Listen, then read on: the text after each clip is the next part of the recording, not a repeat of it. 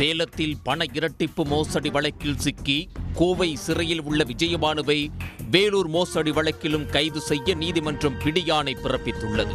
சேலம் மாநகர் அம்மாப்பேட்டை பகுதியில் உள்ள தனியார் மண்டபத்தில் புனித அன்னை தெரசா மனிதநேய அறக்கட்டளை என்ற பெயரில் வேலூரைச் சேர்ந்த பாஜக முன்னாள் நிர்வாகி விஜயபானு பணம் இரட்டிப்பு தருவதாக பொதுமக்களிடம் இருந்து முதலீடு திரட்டினார்.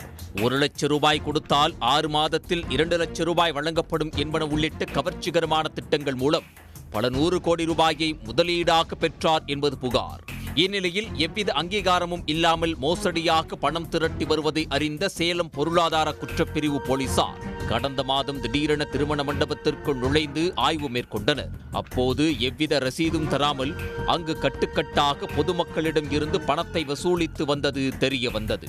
இதனையடுத்து அங்கு மோசடி நடப்பதை அறிந்த போலீசார் பொதுமக்களை வெளியே அனுப்பி வைத்துவிட்டு அங்கிருந்த 12 கோடியே 68 லட்சம் ரூபாய் பணம் மற்றும் 2.5 கிலோ தங்கம் 13 கிலோ வெள்ளிப் பொருட்களை பறிமுதல் செய்ததோடு அன்னை தெரசா நிறுவன தலைவர் விஜயபானு மற்றும் துணைத் தலைவர் ஜெயபிரதா, நிர்வாகிகள் பாஸ்கர், சையத் முகமது ஆகிய 4 பேரை கைது செய்தனர்.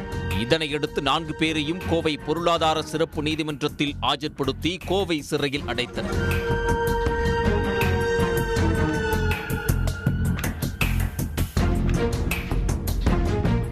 இதற்கிடையில் விஜயபானு மீது வேலூர், சென்னை, ஆந்திர மாநிலம் சித்தூர் உள்ளிட்ட இடங்களில் 8 மோசடி வழக்குகள் பதிவாகியிருப்பது தெரிய வந்தது.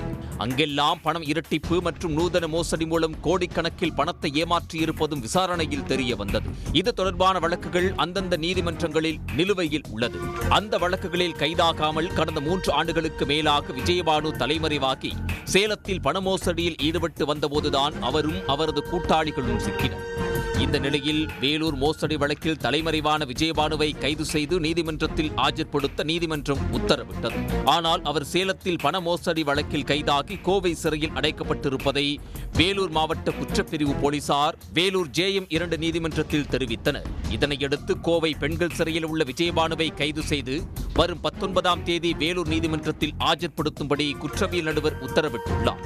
இந்த பிடிவாரண்டை வேலூர் போலீசார் கோவை பெண்கள் சிறை கூடுதல் கண்காணிப்பாளருக்கு அனுப்பி வைத்தனர். அதன்படி வரும் 19ஆம் தேதி வேலூர் மாவட்ட குற்றப்பிரிவு போலீசார் விஜயபானுவை கைது செய்து கோவை சிறையிலிருந்து வேலூர் JM2 நீதிமன்றத்தில் ஆஜர்படுத்த உள்ளனர். இதேபோல் சென்னை, சித்தூர் உள்ளிட்ட மோசடி வழக்குகளிலும் விஜயபானுவை அடுத்தடுத்து கைது செய்து அவர் மீதான வழக்கை விரைந்து முடித்து தண்டனை பெற்றுத் தருவதில் காவல்துறை தீவிரம் காட்டி வருவது குறிப்பிடத்தக்கது.